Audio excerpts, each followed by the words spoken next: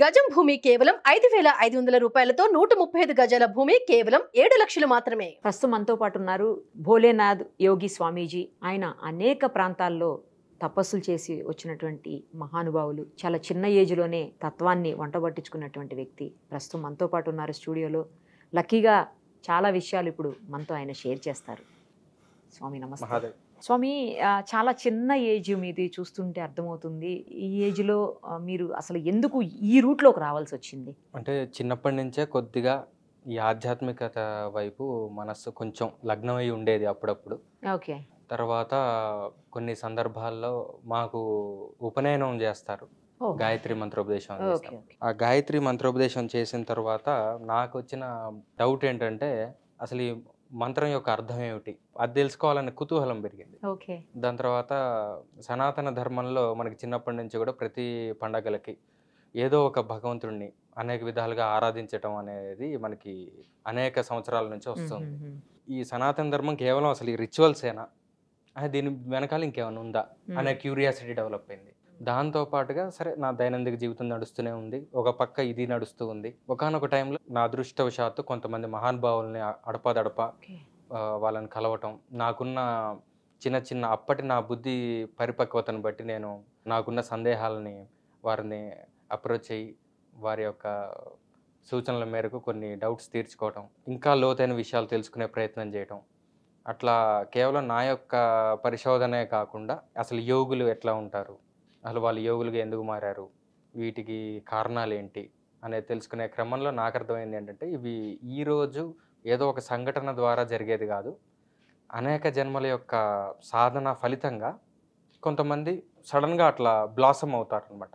వాళ్ళ మనసులో వాళ్ళకే తెలియకుండా ఏర్పడిన వాసనలు అనమాట. ఆ వాసనలు ఉండటం వల్లనే వాళ్ళు అట్లా అవుతారనేది తెలిసింది. తర్వాత నేను డిసైడ్ చేసుకుంది ఏంటంటే కొన్ని సంఘటనల ఫలితంగా నా జీవితంలో ఇదే నాకు అల్టిమేట్ అని చెప్పని నేను డిసైడ్ చేసుకొని ఈ మార్గాన్ని ఎంచుకోవడం జరిగింది, ఆధ్యాత్మిక మార్గాన్ని. ఎంత ఏజ్లో ఇలా వెళ్ళిపోయారు మీరు? ఏం చదువుకున్నారు అసలు? ఇంగ్లీష్ చదివే చదువుకున్నాను. 2009 నుంచి నేను కొంచెం డీప్గా వెళ్ళానండి ఇందులో. తర్వాత 2015 నుంచి నేను అనేక మంది గురువుల దగ్గర వివిధ రకాలైన సాధనలు చేయడం జరిగింది. యోగం కావచ్చు, లేకపోతే వేరే దక్షిణాచారానికి సంబంధించిన తంత్రాలు కావచ్చు, ఇవన్నీ కూడా చేయటం జరిగింది. ఇంకా కంప్లీట్గా ఈ హఠయోగము, రాజయోగము, కుండలిని యోగము, తంత్రశాస్త్రము, మంత్రశాస్త్రము వీటిలో కొంచెం ప్రావీణ్యం సంపాదించుకునే ప్రయత్నంలో అనేక మంది గురువుల యొక్క సహకారం వల్ల కొంచెం అందులో వెళ్ళటం జరిగింది. మీరు ఏదో బాగా చదువుకున్నట్టు అనిపిస్తుంది స్వామి. ఏం చదువుకున్నారు? పర్వాలేదు చెప్పండి. ఇంగ్లీష్ చదివాను. ఇంగ్లీష్ చదివే ఏం చదువుకున్నారు? అది చెప్పరా? సరే, మంత్రాలు తంత్రాలు ఇవన్నీ అసలు నిజంగా ఉంటాయా? ఉన్నాయండి. అంటే చిన్న లాజిక్ ఏంటంటే అవి ఒకవేళ అందులో నిజం లేకపోయి ఉంటే కనుక కొన్ని వేల సంవత్సరాల నుంచి మన దైనందిక జీవితంలో వాటి యొక్క ప్రభావం ఏమాత్రం లేకపోతే ఇవాళ ఎవడు పూజ చేయడు, అంతే కదండి, చిన్న లాజిక్. రెండవది, మంత్రం అంటే మననాత్ త్రాయతే ఇది మంత్ర.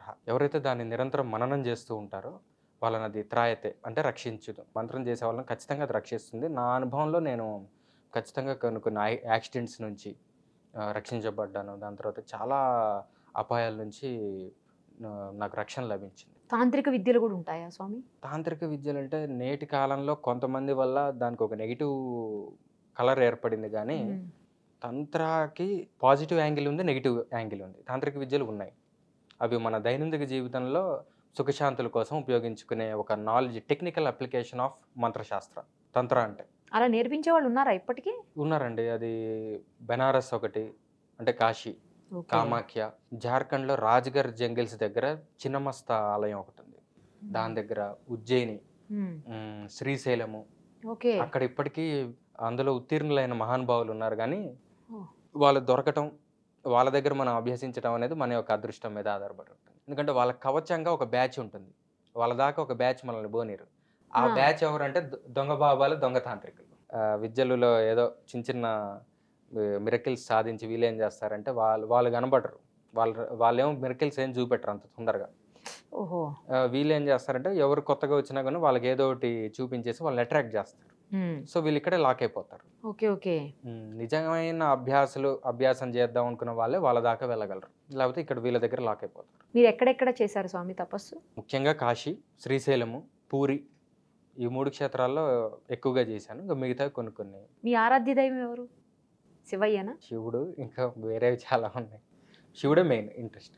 ఎక్కువ బాబాలకి, మాంక్స్కి, లేకపోతే ఇట్లా సన్యాసుల్లాగా అయిపోయే వాళ్ళకి అందరికీ కూడా ఆయనే ఎక్కువ దైవంగా ఎందుకు భావిస్తారు శివయ్యనే? కేవలం శివుడు అనేది ఎక్కడా లేదు, అందరినీ పూజిస్తూనే ఉంటారు. శివుడు కొంచెం నిరాకారానికి సంబంధించిన ఎక్కువగా ఉంటుంది అన్నమాట శివుడి తత్వంలో. అన్ని దేవతామూర్తులకి చేతులు, కాళ్ళు, ఆయుధాలు ఇవన్నీ ఉంటాయి. అమ్మవారు కావచ్చు, విష్ణువు కావచ్చు, ఇవన్నీ. స్వామి ఒక శివుడు అంటే నిరాకారం అంటే డైరెక్ట్ దాన్ని పట్టుకోలేము, కానీ ఇన్ బిట్వీన్లో కూడా ఆయన ఉంటాడు. శివలింగం ఉంది, దానికి చేతులు, కాళ్ళు, ఆయుధాలు ఉండవు. లింగాకారం ఉంది, తల, మొండ ఇవన్నీ ఏమి ఉండవు.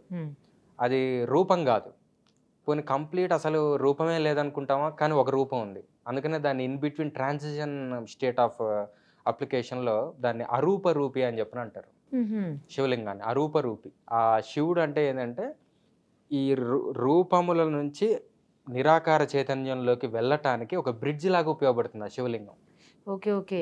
అందుకనే దాని ట్రాన్సిషన్ ఫేస్. స్వామి ఈ రూట్లో రావడానికి మీ ఇంట్లో ఒప్పుకున్నారా? ఖచ్చితంగా. అవునా? ఒప్పుకుంది, అసలు రాకూడదు. అమ్మ నాన్నగారు అందరూ సపోర్ట్ చేశారా? నాన్నగారు లేరు, వాళ్ళు ఆయన శివకిని చెందారు. అమ్మగారు ఒప్పుకున్నారు. మీరు ఇప్పుడు ఎందుకు వచ్చారు అంటే ఇక్కడికి ఎందుకు వచ్చారు? మళ్ళీ వెళ్ళిపోతారా? నా మిత్రులు కొంతమంది, కొంచెం నేనేదో యోగాభ్యాసం చేస్తుంటే కొంతమందికి ఏదో చిన్న చిన్న క్రియలు చేయించానండి తెలిసిన వాళ్ళకి. అది వాళ్ళకి నచ్చింది. ఇంకా కొంతమందికి మీరు కొన్నాళ్ళు ఇక్కడ ఉండి చేయించవచ్చు కదా అని చెప్పని, నేను చలికాలంలో కాశీలో ఉండలేదు, అక్కడ కొంచెం చలి ఎక్కువగా ఉంది, మా అమ్మగారికి కొద్దిగా ఇబ్బందిగా ఉంటుందని చెప్పని నేను ఇటు సౌత్ ఇండియాకి మళ్ళీ. అమ్మగారు కూడా మీతో పాటే ఉంటారా? అయితే నేను ఇటు వచ్చినప్పుడు నా ద్వారా కొంతమందికి కొన్ని క్రియలు చేయించేవాళ్ళు. అంటే మేము పేగులు క్లీనింగ్, ఫుడ్ పైప్ క్లీనింగ్, ఈ శంఖ ప్రక్షాళనని, దాని తర్వాత ఈ చాలా యోగాభ్యాసాల్లో కొంతమందికి ట్రైనింగ్ ఇచ్చేవాడిని నేను యోగా తోటి. మరి యోగా చెయ్యలేని వాళ్ళు అనారోగ్యం పాలైతే అప్పుడు పరిస్థితి ఏంటి స్వామి? మంత్రదీక్ష ఇచ్చేవాడిని. అది కూడా చేయలేకపోతే వాళ్ళ పార్ట్నర్స్ చేయొచ్చా? చేయొచ్చు. అంటే భర్త చేయలేకపోతే భార్య, భార్య చేయలేకపోతే భర్త, ప్రొవైడెడ్ నిజంగానే వాళ్ళు చేయలేకపోతే. నిజంగా చేయలేని పరిస్థితి అయితేనే నేను అనేది. చేయొచ్చు. అట్లా కూడా దానికి రిజల్ట్ ఉంటుందా? It works. ఎందుకంటే ఒక ఎగ్జాంపుల్ ఉంది, చెప్పండి. ఒక ఫ్యామిలీ మ్యాన్ శృంగేరిలో చంద్రశేఖర భారతీ స్వామి వారు అని చెప్పి 34వ జగద్గురు శృంగేరి పీఠానికి, ఆయన దగ్గరికి వెళ్తే గృహస్థుడికి ఏంటంటే వాళ్ళ ఆవిడకి అనారోగ్య సమస్య ఉంది. ఆయన ఆంధ్రాకి చెందిన వ్యక్తి. ఈయన స్వామివారిని అడిగారు, మా ఆవిడకి ఇట్లా అనారోగ్యం ఉంది, ఏదన్నా చెప్పండి స్వామి అని చెప్పుంటే, నువ్వు వేదం చదువుకున్న బ్రాహ్మడివి, అసలు నువ్వు నన్ను అడగచ్చా, రుద్రాధ్యాయం ఉంది కదా, దాన్ని మంచిగా జపం చేసి మీ ఆవిడకి తీర్థంగా ఇస్తే సెట్ అవుతుంది కదా అంటే, మా ఆవిడ ఆంధ్రదేశంలో ఉంది, నేను ఇప్పుడు కర్ణాటకలో ఉన్నాను, మరి ఎట్లా కుదురుతుంది అని చెప్పినాను. ఏముంది, మంత్రం అనేది సర్వ చైతన్యం కదా, అది ఇక్కడ నుంచి అక్కడికి వెళ్ళడానికి దానికి బస్ టికెట్ అవసరం లేదు, ఆ శక్తి ఎట్లయినా ట్రావెల్ అవుతుంది, నువ్వు గోత్రనామాలు అవన్నీ చెప్పేదే దానికోసం కదా, నువ్వు అది ఫలితం వర్తిస్తుంది అని చెప్పి స్వామివారు చెప్పారు. So we can take that as authentic thing అనమాట. ఎందుకంటే ఆయన చెప్పిన ఆయన మామూలు వ్యక్తి కదా, ఆయన సాక్షాత్తు శివుడు. ఎక్కడ ఉంటారు స్వామి ఆయన ఇప్పుడు శరీరం విడిచారు కానీ ఆయన శృంగేరి జగద్గురువులు అండి. వాళ్ళ అందరూ ఉంటారు, శంకరాచార్యులతో సమానమే. అది అది శివుడే మానవ రూపంలో వచ్చినట్టు వాళ్ళు ఏం చెప్పారంటే అది ఫైనల్. నిజంగా అనారోగ్యం పాలైన వాళ్ళకి, లేకపోతే ఏదన్నా బాగా హెల్త్ ప్రాబ్లమ్స్ ఉన్న వాళ్ళకి, ఎక్కడ చూడలేదు కానీ విన్నాను నేను, బాగా అసలు ఇంకొక కొద్ది రోజుల్లోనే చనిపోతారు అనుకున్న వాళ్ళను కూడా కొంతమంది మాంక్స్ బ్రతికించినటువంటి సందర్భాలు ఉన్నాయి అని విన్నాను నేను. అవును, యుక్తేశ్వర్ గిరి అని చెప్పి పరమహంస యోగానంద క్రియాయోగా గురించి విన్నారు ఎప్పుడు? విన్నానండి. దాన్ని బాగా ప్రాచుర్యంలోకి తీసుకొచ్చింది పరమహంస యోగానంద స్వామి. వాళ్ళ యొక్క గురువు గారు, ప్రత్యక్ష గురువు స్వామి యుక్తేశ్వర్ గిరి. ఆయన పరమహంస యోగానంద దీక్ష తీసుకోక ముందు ముకుంద ఆయన పేరు, బ్రహ్మచారిగా ఉన్నప్పుడు. ఆ ముకుంద వాళ్ళ ఫ్రెండ్ చనిపోయాడు ఆల్రెడీ. ఈయన వచ్చి ఆ నోట్లో ఏదో నూనె పోస్తాడు, నూనె పోసి ఇట్లా టచ్ చేయగానే ఆయన బతుకుతాడు. ఇది మీరు ఆటోబయోగ్రఫీ ఆఫ్ ఎ యోగి అనే బుక్ లో చదవచ్చు, ఒక యోగి ఆత్మకథ, తెలుగులో. ఎన్ని సంవత్సరాల క్రితం స్వామి ఈ సంఘటన? Recently I think so 50 years back అనుకుంటా. తర్వాత ఇంకా చాలా అనేక మంది చేశారు. ఎందుకంటే మన పుట్టపర్తి సాయిబాబా ఉన్నారా, ఆ, సత్యసాయిబాబా, అవును సార్. ఆయన అందరూ ఇలా అంటే విభూది వస్తుంది అంటారు కదా, అవును స్వామి. అదే అందరికీ తెలుసు. ఆయన ఇలా అంటే కూడా ఒక ఒక మౌంటైన్ అంత విభూది వచ్చేది, ఇది బయట అందరికీ తెలియదు. ఆయన సిద్ధపురుషుడే. అయితే ఆయన సమాధి చెందిన తర్వాత ఆయన సమాధి మీద ఆయన విభూది మొత్తం పోసేశారు. ఒక వ్యక్తి ఓకే. ఇంత విభూది తెచ్చుకున్నాడు, ఒక వ్యక్తి, ఇంకెవరిని ముట్టుకొని ఇవ్వలే. ఆయన కూడా ఎవరికి తెలియకుండా తెచ్చుకున్నారు, వారి పేరు నేను చెప్పను. ఓకే. ఓకే. ఆయన ద్వారా ఇంకొక ఆయనకి చేరింది ఆ విభూది, అందులో ఇంత. ఆయనకి ఎంతో కొంచెం డబ్బు కొద్దిగా ఇబ్బంది ఉండేది. ఆ విభూది ఇంటికి వచ్చిన దగ్గర నుంచి లక్ష్మీ కటాక్షం విపరీతంగా పెరిగింది. విభూదికి అంత శక్తి ఉంటుంది. ఆ విభూతిని ఇచ్చిన వాళ్ళే కాబట్టి దీనికంటే ఎక్కువ శక్తి వాళ్ళకు ఉంటుంది, సిద్ధ పురుషులు కాబట్టి. సో ఈ రోజుల్లో కూడా సాధ్యమే, అయితే అనారోగ్యాన్ని ఆరోగ్యంగా మార్చడం అనేది సాధ్యమే. అలాంటి ఉదాహరణలు చాలానే ఉన్నాయి. అంటే ఎవరో చెప్తే విన్నాను స్వామి నేను. అలా వాళ్ళు కాసేపు మంత్రం చదివితేనే వాళ్ళ ఒంట్లో ఉన్న జబ్బు మొత్తం పోయి, అసలు మెడికల్ రికార్డ్స్ కూడా ఏమైంది, ఇంతకు ముందు ఇలా ఉంది, ఇప్పుడు ఇలా ఎలా అయింది, వాళ్ళే డాక్టర్సే ఆశ్చర్యపోయారు. నేనైతే ఒకటి విట్నెస్ చేశానండి. అవునా సార్? రామకృష్ణ యతీంద్రులని మా గురువు గారు, ఓకే. ఆయన దగ్గరకు ఒక పిల్లవాడు వచ్చాడు. అతనికి క్యాన్సర్ ఫస్ట్ స్టేజ్ ఉండేది. అయితే గురువు గారు నాకు క్యాన్సర్ ఉంది, ఆయన మీటింగ్ కూడా ఫస్ట్ మీటింగే ఈయనతోటి వచ్చింది కూడా క్యాన్సర్ గురించి, ఆధ్యాత్మికత గురించి గానే కాదు, ఇది నిజంగా జరిగిన విషయం. ఇది తగ్గించాలండి మీరు అంటే, ఈయన కూడా జనరల్గా అంత ఎవరిని అసలు దగ్గర రానియరు, అసలు ఎవరిని కలవరు. అప్పుడు ఎందుకు అట్లా చేశారో తెలియదు. ఏం చేశారంటే ఒక క్లాత్ తీసుకున్నారు, పక్కన ఏదో క్లాత్ ఉంటే దాన్ని ఇలా చింపారు, పోయింది పో అని చెప్పని అన్నారు. ఇక మళ్ళీ నాకు కనపడకన్నారు. తర్వాత ఆయన్ని మేము ఫాలో చేసి మేము ఎంక్వైరీ చేస్తే తర్వాత అదే రిజల్ట్స్ అవి చూస్తే లేదు, ఇది నిజంగా జరిగింది, నేను విట్నెస్ చేసిన దాంట్లో. ఇవి ఇంకా చిన్న చిన్నవే, ఇంకా చాలా ఉంటాయి. అయితే ఇంకొకటి ఏంటంటే, ఇది జబ్బులు తీసుకోవటం ఒకటి, అది క్లియర్ చేయటం ఒకటి. ఒక్కొక్కసారి ఏమవుతుందంటే కర్మని నలిఫై చేసేటట్టుంటేనో ఇలా చేస్తారు. ఒకవేళ ఆ కర్మ ఖచ్చితంగా అనుభవించవలసే ఉంటుంది అంటే కనుక దాన్ని 2 రకాలు చేయొచ్చు. ఒకటి, వచ్చే జన్మకి దాన్ని ట్రాన్స్ఫర్ చేస్తారు, దాన్ని ఆపుతారు ప్రస్తుతానికి. రెండోది, అది కుదరదు ఎట్టి పరిస్థితుల్లో, ఎందుకంటే వచ్చే జన్మలో మనిషిగా ఇది గనక ఉంటే వాడు ఆ క్షణమే చచ్చే పరిస్థితి. ఎందుకంటే ఇదే కాకుండా ఇంకా చాలా కర్మ ఉంటుందిగా వాడు భరించాల్సింది. ఒకేసారి తలకాయ నొప్పి, ఒకేసారి మోషన్స్, ఒకేసారి జ్వరము, అన్ని కరోనా, అన్ని రోగాలు ఒకేసారి వస్తే వాడు పోతాడు. కాబట్టి అట్లా బ్యాలెన్స్ చేయడానికి వాళ్ళు, అది కూడా కుదరకపోతే అప్పుడు ఏం చేస్తారంటే, ఆ శిష్యుడు విపరీతమైన సేవ గనక ఈ స్వామీజీకి గనక చేసి ఉంటే గనక ఆ రుణం కట్ చేయడానికి వీళ్ళు ఏం చేస్తారంటే అది వీళ్ళే అనుభవిస్తారు. ఇవాళ రోజున ఎక్కువగా ఇదే జరుగుతుంది. షిరిడి సాయిలో చూడొచ్చు, ఇది రామకృష్ణ పరమహంస గొంతు క్యాన్సర్ ఆయనది కాదు, రమణ మహర్షికి సర్కోమా ఆయనది కాదు, వేరే వాళ్ళది వీళ్ళు అనుభవించారు.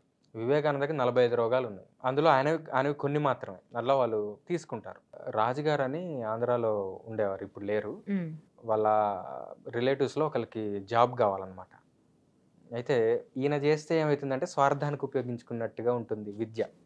చేయొచ్చు, కానీ ఆ రక్త సంబంధీకులకే ఉపయోగిస్తే స్వార్థానికి ఉపయోగించుకుంటున్నట్టని అట్లా ఎథికల్గా అట్లా ఉపయోగించుకోకుండా ఇంకొక పెద్ద ఆయన ఏమన్నారంటే, అయ్యా కొద్దిగా వీరికి కాస్త చూడండి ఉపాధి, నేను కావాలంటే మీ కర్మలు నాకు దారిపోయండి అని చెప్పని అన్నారు. నేను విన్నాను. అంటే వాళ్ళ దుష్కర్మలు ఏమన్నా ఉంటే వీళ్ళు తీసుకొని దాన్ని నలిఫై చేసుకోగలరు. అలాంటివి ఇప్పటికీ ఉన్నాయి. మనకు అనుభవం లేదు కాబట్టి లేదనుకోకూడదు. అది ఎలాంటిది అంటే, నేను హిమాలయాలను చూడలేదు కాబట్టి అవి లేవు అనుకోవటం లాంటిది.